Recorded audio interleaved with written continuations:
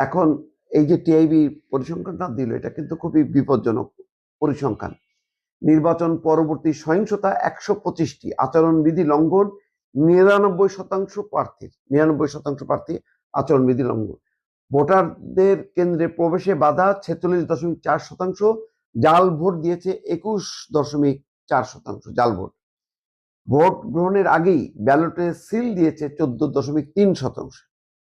High court প্রতিপক্ষের এজেন্টকে প্রবেশে বাধা দেওয়া হয়েছে ১৪.৩%। দর্শক, এই পরিসংখ্যানটা মানে বর্তমান প্রেক্ষিতে যে ভালো নির্বাচন, সেই নির্বাচনের গায়ে কিন্তু কালিমা লেপন করে দিল। এবং টিআইবি তো যেন তেন প্রতিষ্ঠান না, ট্রান্সপারেন্সি ইন্টারন্যাশনাল বাংলাদেশ, তার একটা গ্রহণযোগ্যতা আছে। এবং তারা অতীতেও আওয়ামী লীগ আমলেও এমন কিছু দুর্নীতির তথ্য চিত্র দিত, যেটা নিয়ে সরকারের কাপাকাপি শুরু হতো এবং টিআইবিকে যা তা বলা হতো এটা বিএনপির অঙ্গ সংগঠন মুক্ত। কিন্তু এখন এই ঘটনাটা কি? প্রতিপক্ষের এজেন্টকে প্রবেশে বাধা দেওয়া হয়েছে ১৪.৩%। এটা তো ভালো, অনেক বড় সংখ্যা।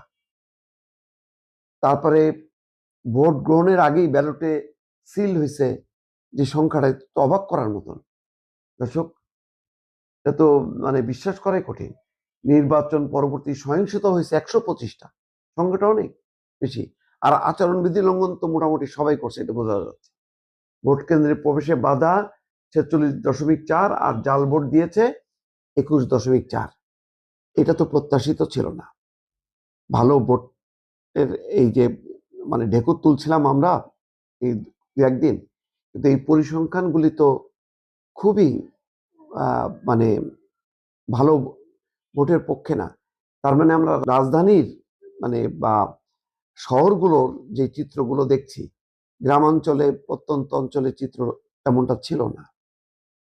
মানে যেখানে মূল পক্ষ আর কি, যার নিয়ন্ত্রণ দাপট বেশি ছিল, সেখানে ব্যাপকভাবে কারচুপি হয়েছে, জাল ভোট হয়েছে।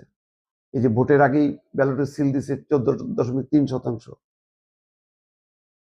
এই তথ্যটা মাথায় রাখা দরকার, নির্বাচন কমিশনের তদন্ত করা দরকার এবং এখান থেকে শিক্ষা নেওয়া দরকার। কারণ এই পরিসংখ্যানটা কিন্তু প্রতিপক্ষরা কিন্তু অস্ত্র হিসেবে ব্যবহার করবে।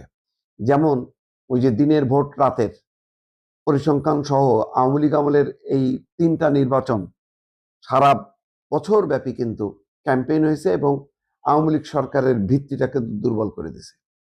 এখন এইটা